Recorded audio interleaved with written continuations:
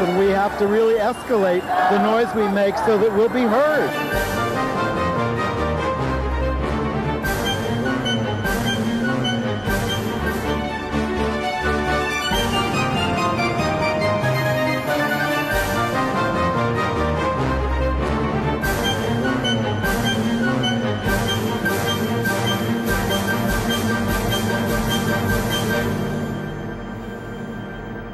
Welcome to Gay USA. I'm Andy Hum. Please silence your cell phones. Is that an admonition to yourself? I had Edward Albee say that to me in the theater the other night at Who's Afraid of Virginia Woolf. Well, he said it to everybody by recording.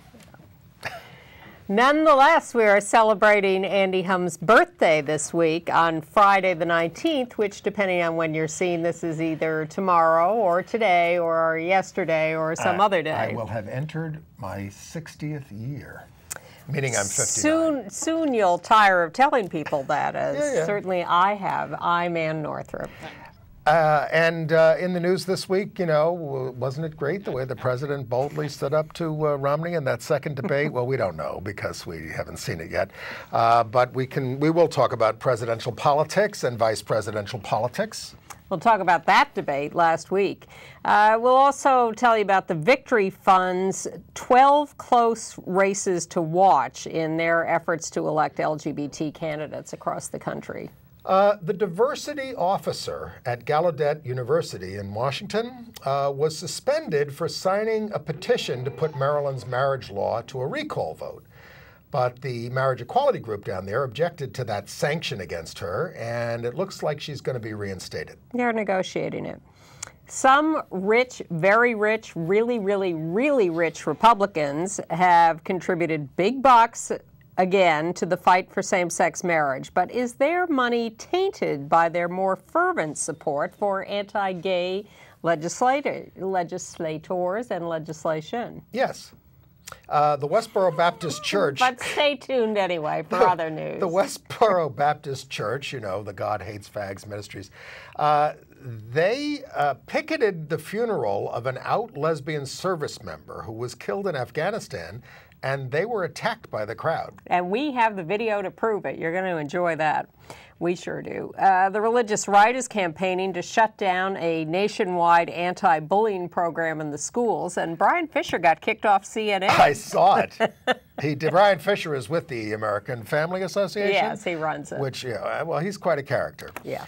A gay bar in Moscow was attacked, and the patrons were assaulted as they tried to celebrate National Coming Out Day. Really viciously, horribly assaulted. It's a really sad story. Andy is going to review 4 new plays, three involving marriage without children. Marriage without children. You know, marriage with children, marriage without children. Married with children, you know. It's a little too clever by Too half. much, yes. But another one that's really important is Edward Albee's Who's Afraid of Virginia Woolf, which has just reopened on Broadway. It has, from Steppenwolf in Chicago. Well, we, of course, with our taping schedule, although I tried to change the taping schedule this week, but we didn't have a studio available tomorrow. So we're taping on Tuesday, and of course, then going home and watching the Obama-Romney debate. So we have to talk about that next week. But I do think this is the test of, does Obama want the job? Yes, exactly. So by the time and we're wondering. We are wondering, because part of me thinks he wants to, you know, be an ex-president. It's a great job. Go play with the kids, coach their basketball. He probably wants to work on his golf game. We hope you really fought for us, Mr. President, for us, all Americans. Well, we wanted to see it. I do think that Joe Biden fought for us. He did, and I was very impressed with him. I expected him to be great, so I was not surprised. He was a little over the top at the beginning, but you know, there was so much pressure on him. It was like, you have to go in there and rescue this entire campaign, the entire administration. It's all up to you. Win or lose, this is it. When you see all the things that Romney and Ryan are for, it is just shocking that this is even a close race. And I'm not saying Obama is my savior, because he's not. But, I mean, they're so bad on so many issues, even though now they're trying to soft pedal all that stuff. Well, but that's why it's gotten close, because they are soft pedaling and lying. They just sit there and lie. Well, Romney lies, Ryan lies. They both sit there and lie. And the reason Biden was so effective was because he called him on the lies. It has taken us aback a bit, because if you watch the Republican convention, they weren't soft pedaling their stuff. No, and they failed, and so they all got in a room and they said, all right, we tried to be pure, and it's not working. We're going to do what usually works in politics. Lie. It's the coin of the realm. All the right-wing backers said to Romney and Ryan, okay, fine. If that's what it takes, you go right ahead. You go out there. We will not criticize you. You say anything you want. We're not going to make you walk. I'm the head of the Right to Life Committee. You go ahead and say whatever you want about abortion. We just need you in there. That's the kind of stuff. It's shocking. It had to happen because they're not criticizing him. No, and there are a couple of things. You know, I thought Biden did great, but there were a couple of things he could have said that he didn't say that disappointed me. When Ryan sits there and says, you know, incest, rape, life of the mother, why doesn't someone, Martha Raddatz or Biden, say to him, really? I thought you were a devoted Catholic. That's not acceptable to the Catholic Church. Well, and he would say, I'm just talking about what the position, I'm not talking about what my personal view is. I'm talking about what our political position is for the Romney-Ryan administration. You would give up your personal views for politics? Well, part of what I'm trying to do, Ann, is, get something done to stop most abortions. You would. I'm just saying. I mean, that's what they would say. Here's the real thing I want to say. We're role playing there. Yeah. That is not my position. No, I think they know that. But here's the real one. I don't never know. No, okay. Here's the thing that really gets me. All this talk endlessly for years about unelected judges, and I really want to go to them and say, look, unelected judges, I thought you appreciated the Founding Fathers. I thought you were a true American. You are sitting here and criticizing the brilliant system of checks and balances that our Founding Fathers created. What are you, a traitor? This is treason, this talk. This talk about criticizing unelected judges is treason, and if that's what you believe, you should be prosecuted, because this is not the American way, and how dare you talk about that? Lock them all up. I'm all for that. Lock them all up. But here's what the log cabin Republicans had to say about the vice presidential debate. They said that Paul Ryan, the Republican, quote, provided a strong contrast, promising a real change from the inaction and economic failures of the last 4 years. Well, look, I don't want to get too far down in the weeds here this week because the economy should be the biggest issue in many ways. But, the country's going down because of Republican and Democrat policies that are not really taking Wall Street on all these other things. The best op-ed piece I read all week was how Venice went down. The concentration of the wealth in the 1%, unwillingness to share, and then they killed the goose that laid the golden egg. And that's what we've done in this country, and that's why we're going down. More about this when I review Edward Albee's Who's Afraid of Virginia Woolf. I think we're going to have to re-elect Bill Clinton. Are they allowed to come back? I don't know, but Rudy Giuliani is as mayor of New York. That's right. It's only 2 consecutive terms. Yes. Well, of course, or if you're Mike Bloomberg, 3 consecutive terms. Change the law. Not happy that our Well, I fear that this statement by log cabin Republicans about Ryan is an indication that they will endorse Mitt Romney any minute. And that's what they want to do. But I know they want to. Are they going to get their ENDA?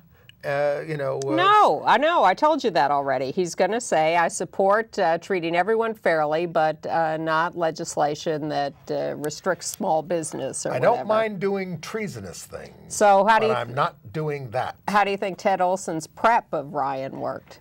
Not well. Not well. Yeah. Ted Olson was the guy who played Biden but Ted Olson's not a smiley face like Joe is, and was really not like Joe. Yeah.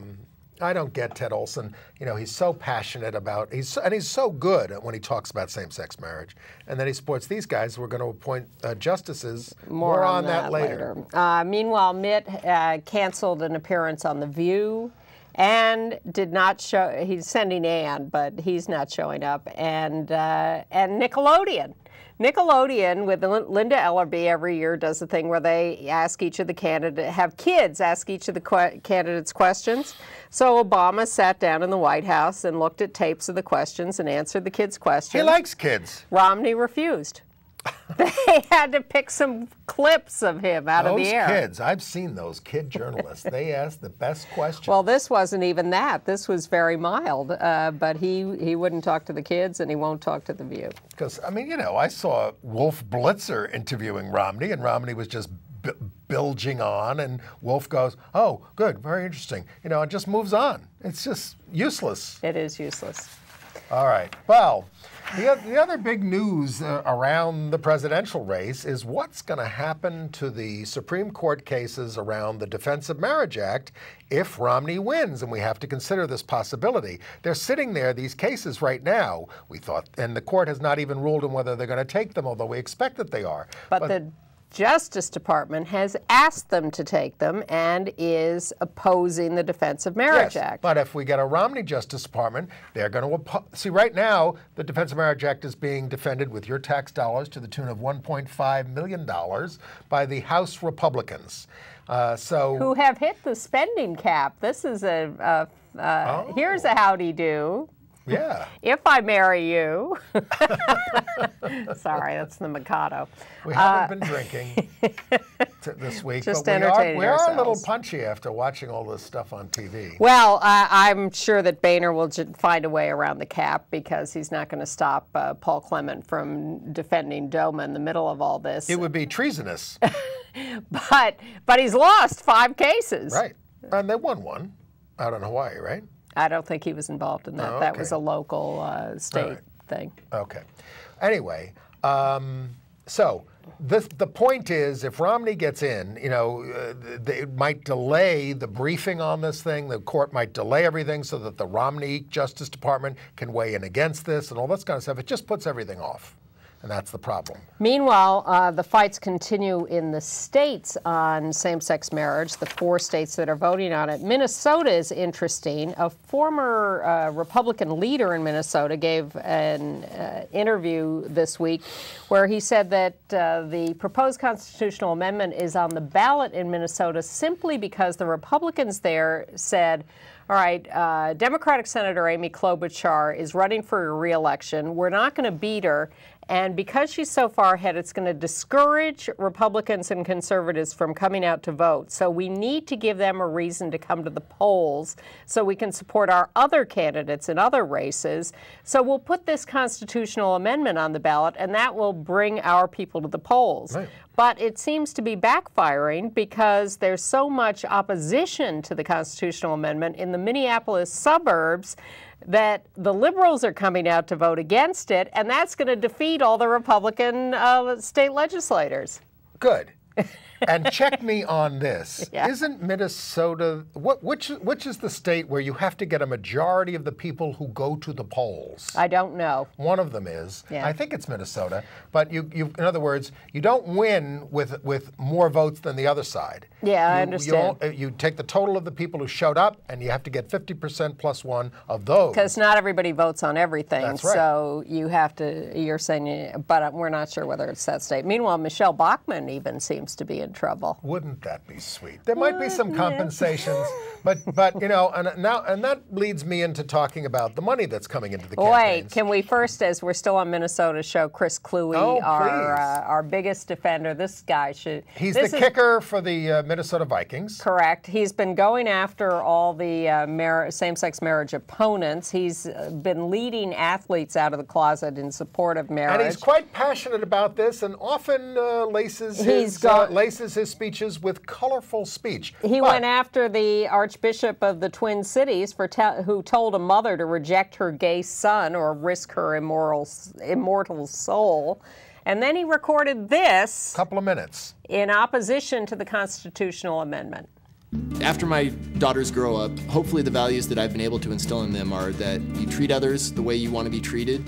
And if you're telling someone else how to live their life, well, you wouldn't want someone else telling you how to live your life. You're not treating others the way you would want to be treated, and to me that's wrong. Well, to me marriage means two people that love each other and want to spend, you know, the rest of their lives with each other. There is no difference between a gay household and a heterosexual household in raising a kid. If both parents are committed and loving to each other, then they're providing a stable and nurturing environment for that child to be raised in, and really that's what children need. Well, I think when I first came in the league in 2005, there were a lot of the older veterans, the 9 and 10 year guys, you know, not quite as tolerant, because that's the way they grew up. These younger kids coming in, they're a lot more tolerant. They're a lot more believing in the rights and freedoms of other people to live how they want to live, because they realize it doesn't affect me. If I want to get married, I can go get married. If someone else wants to go get married, they should be able to go get married. It's our government's responsibility is to give us a framework in which we can form a society and then be free to act within that society. It's, you know, it's not the government's job to tell us what to do. That's not what America was founded on. That's not what America stands for. I hope people vote no, because at the end of the day, this is ultimately an issue about freedom. It's an issue about living your life the way that you want to live it, you know, free of the oppression of others. And to me, it's about treating other people the way you would like to be treated. It'll say that Minnesota believes that people should be treated equally no matter what their beliefs, no matter what their race, no matter what their gender. I mean, it would be very powerful if the state of Minnesota could send that message. Thank you, Chris. And ESPN has done a new survey of 62 professional athletes in 4 sports and found that 59% of them support marriage equality. Highest rate in the NHL, the National Hockey League, 92%. A lot of Canadians. And then the NFL, and then the NBA, and Major League Baseball had the lowest score, 45% of them. Is this only men's leagues or women's leagues too? No, it's the men's leagues. Of course, the sad thing about Minnesota is, you know, we're just trying to fend off a constitutional amendment there. Yes. We're not going to get same-sex marriage if we win. They have a law against it. One step at a time. Yeah. In the 3 other states, we're looking for actual marriage. No. In the Maryland campaign, some big donations have come in. One from Mayor Mike Bloomberg for I think he gave $250,000. One from plutocrat Paul Singer for $250,000. And, you know, there's a lot of, these are rich Republicans, sort of libertarians who want to help this cause. But they use the problem is, and it's not mentioned in these stories, they use most of their money, millions and millions and millions of dollars, to elect right-wing legislatures all across the country, which work against gay rights in the states and, of course, in the Congress. That's the reason we're going to almost surely, folks, don't get your hopes up, get a Republican Congress again this time, because Republican state legislatures have been drawing the lines, and they've drawn them so that the Republicans will win. And that's going to mean no progress on LGBT rights for the foreseeable future on the national level. At least in the Congress. But certainly with the election just a few weeks away, we have not given up on doing everything we can to hold the line, elect more Democratic senators. We have some good possibilities, Democratic House. And our associate producer, Bill Bowman, wants us to start promoting a campaign of Adopt a Voter. If you are living somewhere where it matters, find a friend who's sitting there on the couch and saying, oh, it doesn't matter what I do. Get him or her off the couch and to the voting booth. In a swing state. Yes, that would be particularly helpful. More and more of them are becoming swing states, according to the polls. Meanwhile, in Maryland, the Human Rights Campaign has given $652,000. Maryland, so the pro-marriage campaign has raised over $3 million altogether, but the anti-marriage campaign has raised under $1 million, and half of that has come from the National Organization for Marriage and another quarter from the Knights of Columbus. And of course, our opponents, as in Washington State, for instance, are really telling lies in order to try to win this, and the Bishop of Yakima, Joseph Tyson, said we're going to be persecuted if this happens. And look what happened in Massachusetts, where they had to stop allowing Catholic charity. They stopped allowing Catholic charities to let children be adopted through them. Wrong. That is a total lie. That is not how it happened. And it was not under the marriage law. It was under the anti-discrimination law. And most of the people who ran Catholic charities had been allowing gays to adopt for years without incident, without any problem. But the bishop, who's a pig, I use the word advisedly, stepped in and said, this must stop. Because they didn't want to consider same-sex couples for adoption, and because they were going to lose state funding because they discriminate. Right. They chose to get out of the marriage business. No one drove the adoption business. No one drove them out. Half the board of Catholic Charities, who were very decent people, resigned over this thing because they wanted to be able to, they knew that they were doing the right thing. I'm sorry to see that in Maine, where we're very optimistic about the marriage vote there to legalize same-sex marriage, both the Republican senators, Susan Collins and Olympia Snowe, who have voted pro-gay in the United States Senate on Don't Ask, Don't Tell repeal and other things, have announced that they are not going to take a position on the marriage vote. Well, you're talking about marriage. I mean, people do treat it differently. Undecided. Well, Susan Collins just got married August 11th. Well, really? Yes. Boy or girl? You decide. Well, but I mean that raises the whole case about the She's a co-sponsor of the Uniting American Families Act, which would allow same-sex married couples with binational partners to be recognized. I think this is a good time to talk about the Gallaudet University case because the. Can I also just say that they're opting out of discussing this on the ground that it's a state matter. Well, listen. Do you live in the ether above the state? What is it? You're the senator representing the state. Who was I reading about this week? Oh, it's a state matter.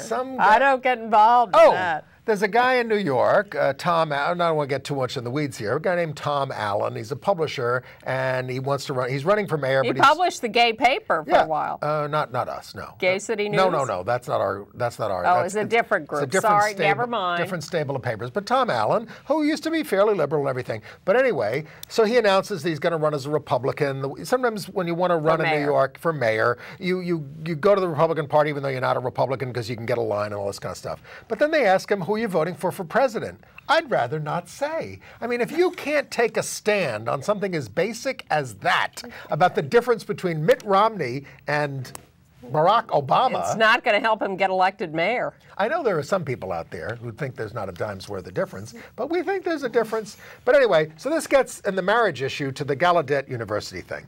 They have a diversity officer there.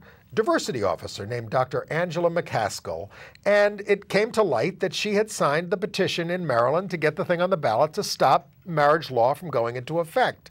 And the university's first reaction to this is to suspend her over this. Yes, with pay. And the marriage equality group said, this is not what we're asking. We're not going to treat everybody who differs with us on this issue as a bigot. Well, the issue is, how is she doing her job? Exactly. If she was turned in by people who saw her name on the list of signatories to this referendum, and if that is said to the administration should call her in and say, look, we've heard this and we would like to just check on how you are doing your job. Well, right. Period. Right, but I mean, there haven't been any complaints about the way she does her job.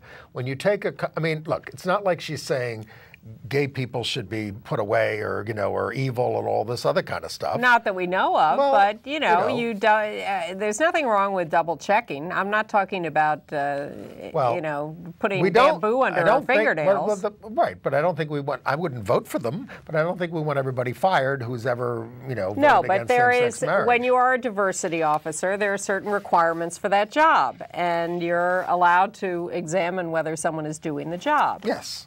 period. Agreed. As with these people who are training to be counselors and announce their opposition to homosexuality and then don't get their degrees. Right. I'm just saying you check with her, but it looks like they are negotiating her reinstatement because there is no reason to keep her out of the job. Right. Meanwhile, the National Gay and Lesbian Task Force has finally acknowledged that, yes, they took $343,000 from a gaming organization. It's interesting how gambling has turned into gaming. Well.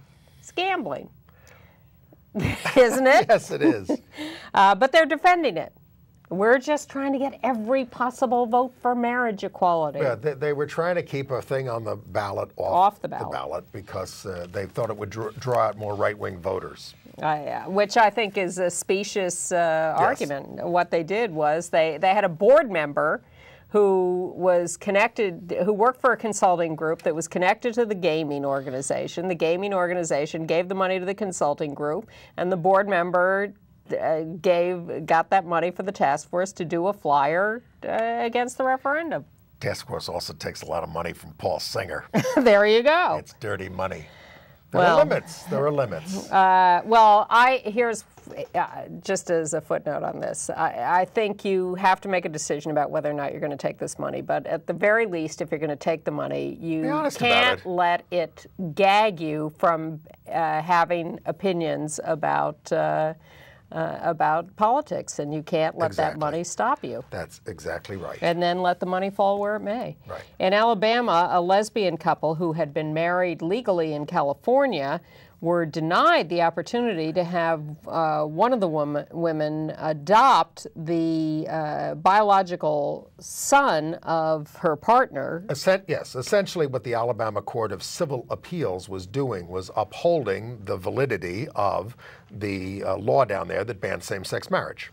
Now, why you can't do a second parent adoption just because marriage is illegal is a mystery to me. That's the way they chose to phrase it down there at the Civil Court of Appeals. I think you could decide to allow adoption whether people are married or not. Well, we heard from a viewer this week in rural Alabama who's out with her partner. We're not going to read everybody's names here, but it was very encouraging to hear that, things are busting out all over in this country. Well, in fact, speaking of the South, let us look at the funeral of Sergeant Donna Johnson, who we told you about last week. Out lesbian, killed in Afghanistan, a terrible story, survived by her wife, partner. Were they actually married? I think that they were. Anyway. I think they were married somewhere, but they had been together for some years. Tracy Dice, her surviving partner, has been... It was her wife. Publicly acknowledged, it was at the funeral, has been talked about, and is also in the military. So they're out in the military, and Sergeant Johnson was killed in Afghanistan.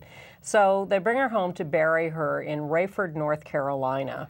Now, the local news report talks about how the Westboro Baptist Church showed up to protest and how the town showed up to oppose them, and it's very moving. The news report does not identify her as a lesbian, but other news reports have, so I don't regard this as a closeting. It's a story about how the town supported an out lesbian, so let's take a look at that. In the Sandhills, a Rayford soldier killed in Afghanistan is laid to rest with full military honors. 29-year-old Staff Sergeant Donna Johnson was one of 3 members of the Winterville-based 514th Military Police Company, killed October the 1st by a suicide bomber in eastern Afghanistan. Greg Barnes has the emotional story from Rayford. It's the highest public honor a nation renders. Saturday morning, 3 volleys of gunfire, along with salutes and tears, paying tribute to Staff Sergeant Donna Johnson. Homage to a hometown hero. She protected us in life, and we need to protect her in death. The 29-year-old soldier was one of 3 North Carolina National Guard members killed October 1st by a suicide bomber in Afghanistan. The controversial Kansas church group, the Westboro Baptist Church, had threatened to picket Johnson's funeral. Saturday morning, hundreds of Patriot Guard members and other volunteers formed a human wall around the Rayford Presbyterian Church, and hundreds more lined downtown Rayford streets, many waving flags and holding homemade signs. To me, being a 27-year vet, it shows that we can pull together for each other in time of need. and they came from near and far, including Marines from Camp Lejeune. Truly, this is an incredible sight here. Thousands of people lining the streets, in some places 5, 6 people deep. Rayford police say they've never seen anything quite like this before here. And the funeral procession, as part of its route to the graveyard, will go right past the Johnson home here. Police say there was a minor disturbance involving the Westboro Baptist protesters, but say it was quickly and quietly taken care of. No other trouble was reported as friends and strangers stood shoulder to shoulder, saluting a fallen soldier and friend. Just an all-around great person. There's not one bad word anyone could ever say about her. At the Rayford City Cemetery, flags blew in the breeze as an honor guard carried Sergeant Johnson's casket to its final resting place. Johnson could have been buried in Arlington National Cemetery, but her family wanted her here, in the hometown she loved and near the family and friends who loved her. In Hope County, Greg Barnes, ABC 11 Eyewitness News. Well, it's nice to see our numbers are growing. You know, when the Westboro Baptist Church, and I give them credit because they're nuts, but they're indefatigable and they go everywhere. They've done 45,000, literally 45,000 demonstrations like this around the world. But one of the things I said to them was, you know, you've got the truth, you say. Why aren't you growing? And they aren't. They've got about 70 members total in that church. Most of them the family. Very inbred. And Jonathan Phelps, one of their members, told a radio host last week that he absolutely supported the notion of putting gays to death, which is in the Bible, by the way. So they are a great incentive for people to figure out which side they're on. And you saw the thousands of people who came out to support the out lesbian service member who was killed, which in Rayford, North Carolina, I think was a pretty astonishing thing. And part of this was they actually got into a scuffle. Some of those local town boys went after the Westboro guys. Here's a little footage of that.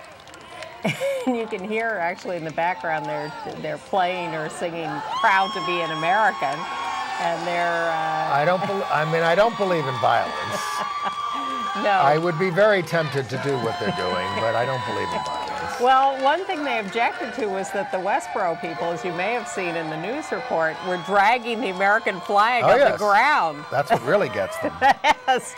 So at the end of this clip, one of the local guys has rescued the flag. The thing about Westboro is they don't care if you're gay or straight when they picket a military funeral, because they say we're picketing the United States because it has given in to the gays. And that's why we are picketing funerals. They picketed Bill Clinton's mother's funeral. That was one of their first.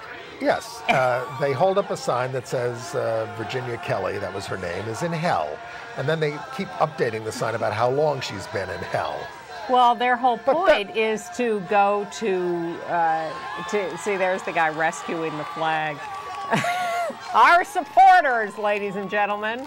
Thank you, gentlemen. Yeah, but they want publicity, so they're going where the news media are. I know you think they're crazy, and we do too. But you know, there's this Facebook story this week about how, at the University of Texas, some students joined a group, the UT Queer Chorus, and there was a discussion group on Facebook. And the guy organizing the thing just sort of puts everybody's name on the thing. And now on everybody's Facebook page, you're a member of the UT Queer Chorus discussion group. So one of their parents sees this and posts on his Facebook page, "To all you queers, go back to your holes and wait for God. Hell awaits you, pervert. Good luck singing there."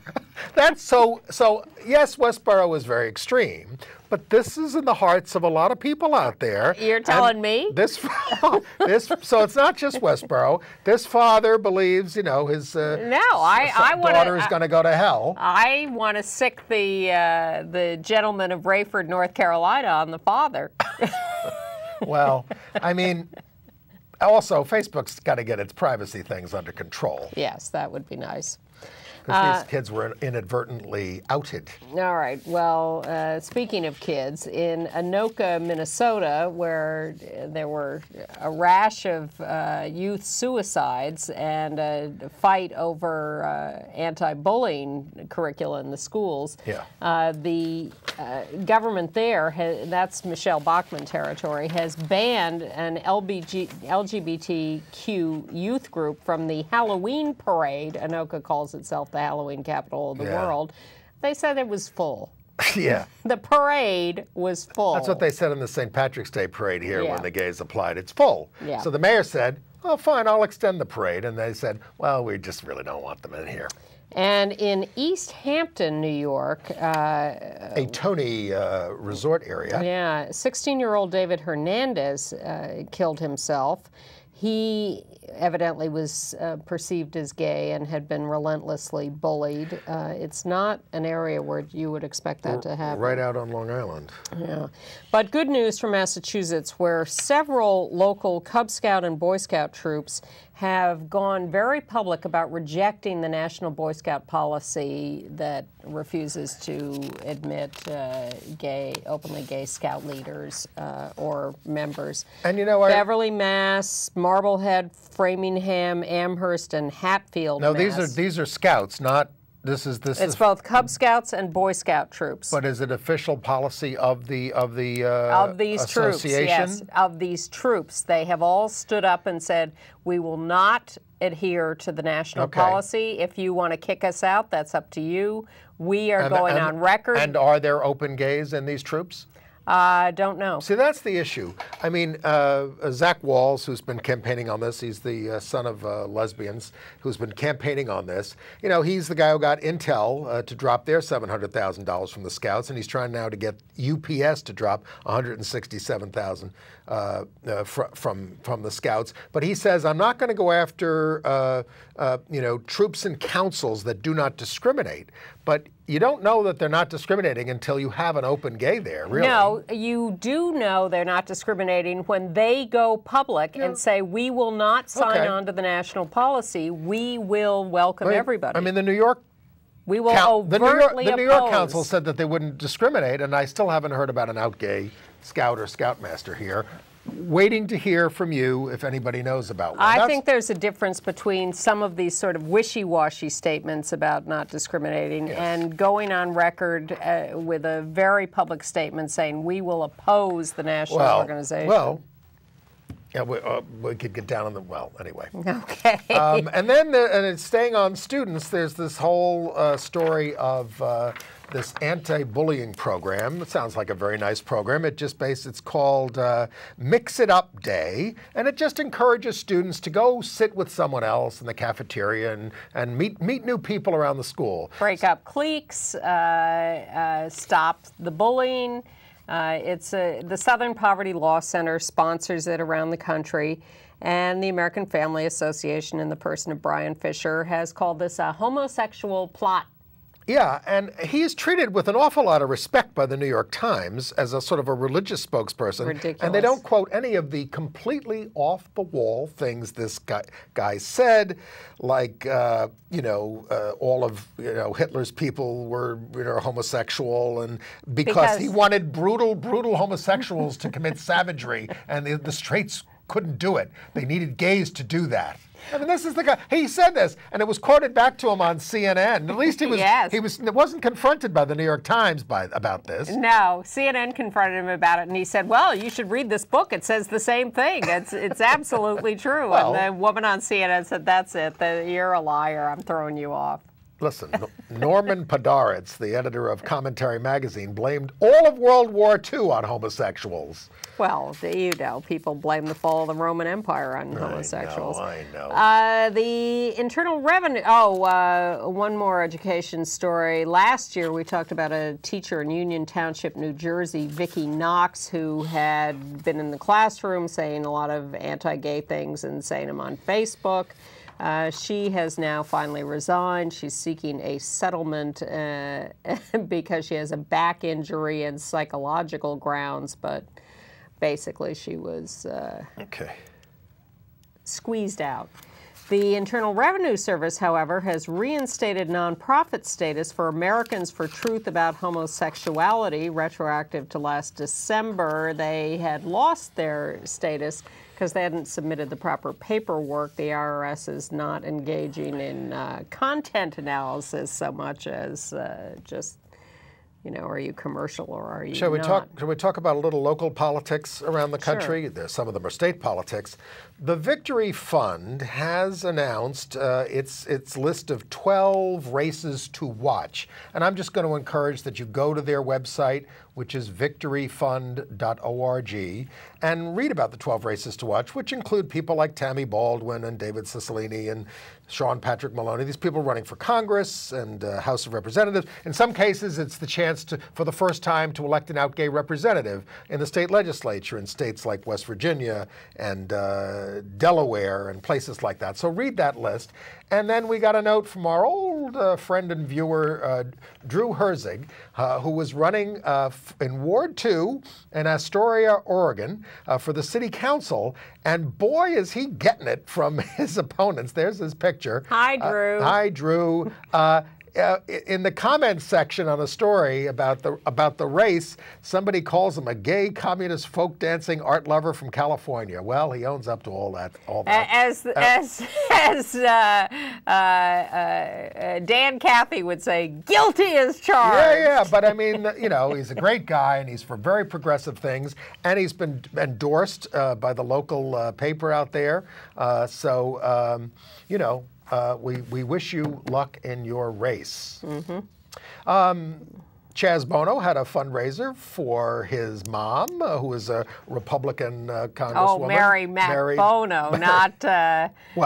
Stepmom. Yeah, please. I'm thinking Cher's running for office. Not Cher. Well, she probably calls her mom. Anyway, but, you know, I mean... He. I was talking about Mary. You said she calls her mom. Oh, he calls her mom. Sorry. Just a slip of the tongue. We'll get that straight. Yeah.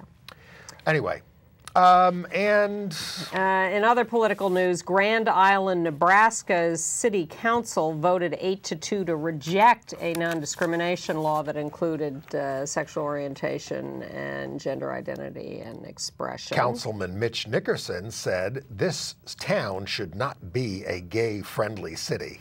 So instead, you can go to Pocatello, Idaho, where you can be born in a trunk in the Princess Theater with Judy Garland. I'm making a lot of old showbiz references.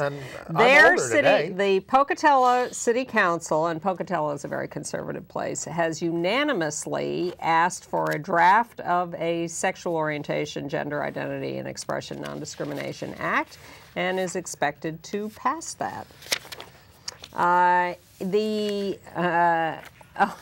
of the big stories this week, I don't know that we have a lot to say about it, Timothy Couric was a guy who was raised in a very Christian household and hated gay people. Hated them when it got very upset, even to the thought of it. And there he is in the middle. He decided to live as a gay man for a year. Sort of like Black Like Me, Your Gentleman's Agreement. He went undercover and he wrote a book about it. And he came out, he said, with his faith strengthened, but he says he's accepting of gay people now. Totally changed his mind. And his mother changed her mind. When he came out to her as gay, she was horrified and said she'd rather have a cancer diagnosis or something. That's nice. But then after seeing what he went through and everything, she's decided she's pro-gay and she's jumped on board as a straight ally. I met him a few years ago. He was with Soul Force protesting at the Vatican mission over gay issues when he was 22. Now this kid went to Liberty University, which is Jerry Falwell's. And I said, well, why are you here? And he said, it took me 22 years to come out. I'm trying to make up for lost time. And I remember thinking, that's a very strange thing to say. I mean, we don't expect you to come out when you're 2 years old. But maybe he was 35 at the time. No, he was 22. Well, he's written a book about all this called The Cross in the Closet. Yeah. We also wanted to follow up on the story we talked about last week where the American Center for Law and Justice, which is Pat Robertson's legal operation, and Jay Sekulow, you may have heard of, had fired one of their chief lawyers. When I saw the story, they had a picture of Jay Sekulow. I thought he might be the guy. No. James Henderson. We have got a picture. Well, he's being accused of having gay relationships, and not just any gay relationships. Let's see the next picture. This is apparently one of his little boyfriends. Little being the operative Well, there's word. a question about whether any of these kids were underage. Yeah. So, a question. We're journalists. We don't know. But that kid looks pretty young. Yeah. Anyway, he is thinking of suing the law outfit for discrimination or something. They don't know that he handled any of their anti-gay cases. Well, the Southern Poverty Law Center, the Illinois Caucus for Adolescent Health, and the American Psychoanalytic Association are suing. They filed a complaint. Well, they filed a complaint, not a suit yet, with the licensing board in Illinois against a social worker, Paul McNulty, because he practices reparative therapy and tries to convert people. And they say it's a violation of professional standards that the licensing They don't board have this controls. law. They only have this law in California. It's not going into effect till January 1st. And there are now 3 lawsuits against the California law. Everybody's getting into the act. New York is still not considering it. New Jersey is. Pennsylvania is going to introduce a bill about it. And there is a lawsuit now in Westchester, New York, against the police by Lambda Legal Defense for publishing the names of arrested sex cruisers, not convicted, arrested. Not only were they not convicted, the criminal charges against nearly all the men had already been dropped when they published these pictures. And the fact is, the police department made 1,500 arrests last year and only issued 10 press releases the whole year. They had to do these. I will use the word advisedly again. This pig, and I want to say his name, who's the police chief. Where are you? Longworth, I think is his name. Yeah. You know, this police chief, you know, we should be going to, George Longworth. That's the name of the police commissioner. In the old days, you know, we're going to do a suit about this. We should go to his house and shame him. Or do it online. Shame this pig for doing this kind of stuff to people. It makes me absolutely furious, as you can see. The National Coalition of Anti-Violence Projects has issued an annual report on intimate partner violence in LGBT, queer, and HIV-affected communities in the U.S. in 2011. You can go to avp.org to get the partner violence report. They say it's up 19 murders last year. Did we talk about our progress with the Census Bureau yet? No, but that's, we've been working with them for years. This is And now we are officially dressing. on the advisory committee to advise them. We've been officially advising them for a long time. This is a little more I formal. want to take a minute to remember my friend who I adored, MJ Weinberg, who died suddenly and very unexpectedly of a heart attack this last week at age 67. She was a fundamentally important member of the community. She served on the boards of the Empire State Pride Agenda and the Stonewall Community Foundation. She was a caterer in the community, and she made it a point to serve many organizations, many events at, very reasonable cost to support them, and then worked on the boards, and she was the most fabulous human being. There was no one more loving, more wonderful. I just adored her, and anytime I ran into her, it was just a complete love fest. It was one of these things where we're so happy to see each other, no matter what. Right. And she was that way with just thousands of people, and it was so shocking to lose her so suddenly and unexpectedly. And she leaves such a huge, huge hole because she was so important to so many people. Right. She had a partner, Lori Hall, of 21 years, who I saw at Wake last night. It's just shocking to lose MJ, and very, very sad. And I'm thrilled to have known her, and very sad to lose her. Condolences. Yeah. Okay. All right. Moving on. International news. Well, more sad news, and that starts off with what happened in Russia, where in Moscow, masked men stormed a gay club, injuring 3 people. This was the 7th violent attack on gays reported this year there. These organized attacks, and the problem is that the police don't do much about it. 15 to 20 masked men associated with the Nationalist People's Council, who had threatened to attack gay people, went into the 7 Free Days Club, beat people with chairs and bottles and plates, and just completely busted up the place. And of course, the atmosphere is aided and abetted by the government. There's a lot of laws against,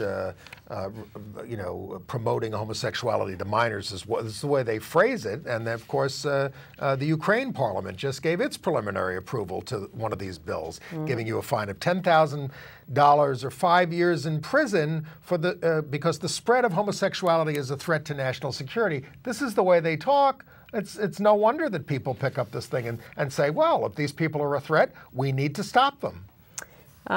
Trial now going on in Calgary, Canada, of Dr. Aubrey Levin, who was originally from South Africa. He is charged with sexually assaulting more than 10 male patients, mostly prisoners he was working with, in South Africa. The Truth and Reconciliation Commission had charged him with gross human rights abuses after he used electroshock therapy to convert gay soldiers and conscientious objectors. And he's finally being tried for something in Canada. I hope they get this Well, guy. they had a trial in Nicaragua, and they convicted 2 gay men there.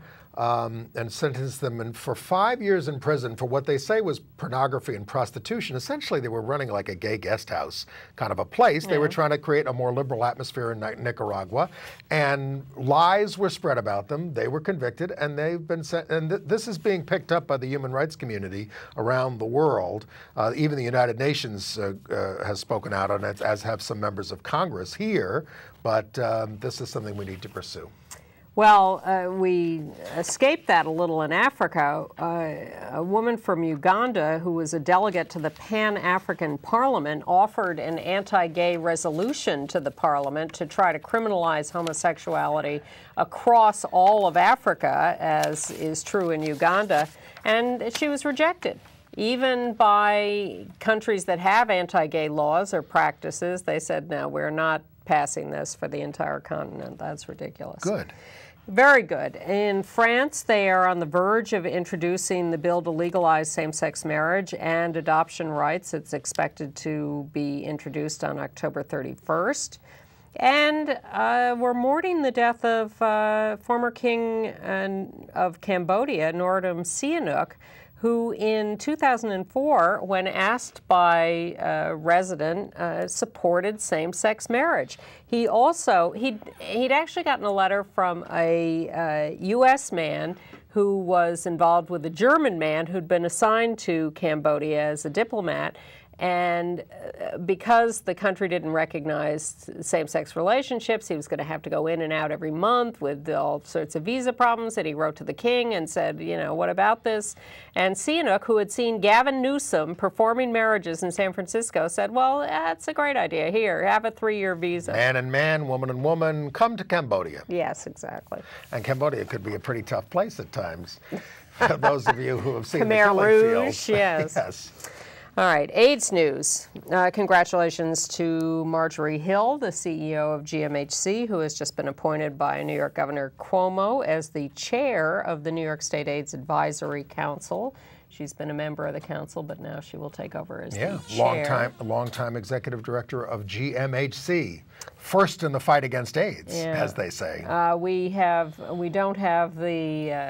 seen the presidential debate that took place at Hofstra tonight as we're taping, but ACT UP went out there to do a demonstration on AIDS issues. And there was part of it was a big demonstration against the criminalization of HIV. Yes, and just a desire to get AIDS issues talked about in the campaign. So much has not been talked about in these debates, and that's certainly... It's amazing what people end up focusing on. Well, do we really need like 45 minutes on the details of the debt?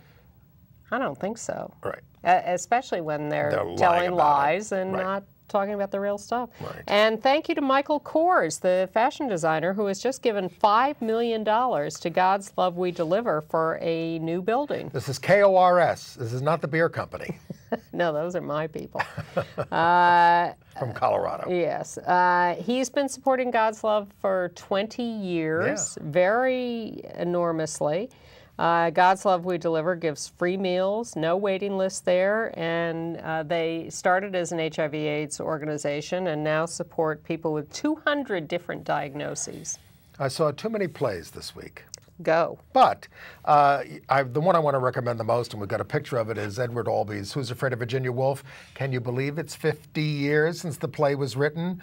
The first time I heard about this play, I was 9 years old. My mother's coffee clutch was discussing it. I think it's been 46 years since the movie, which I love. Yeah, a coffee clutch of middle-aged women talking about this, and I remember what they said. It is pure filth. They had never seen anything on a stage like this. So it had shock value back then. I remember it as very funny when I first read it, but I kind of thought, is this getting dated, this ridiculous thing, if you go to the, No, it's very sad. No, I mean, it is so timely now. Yeah. You know, Albee said, it's George and Martha. Yeah. George and Martha Washington. But it's about the fact that the ideals of the American Revolution are dead. And you feel that sitting there, that America is just falling apart. Of course, it is these days. We hope we can save it. We're trying here at Gay USA. And the main feature here is this guy, Tracy Letts, who's playing George. He's the guy who wrote August Osage County. He's a wonderful playwright, but he plays George with such ferocity. I've never seen anything like it. So it's worth the price of admission. And the woman playing Honey, her name is Carrie Coon. You can't take her. She's the mousy one.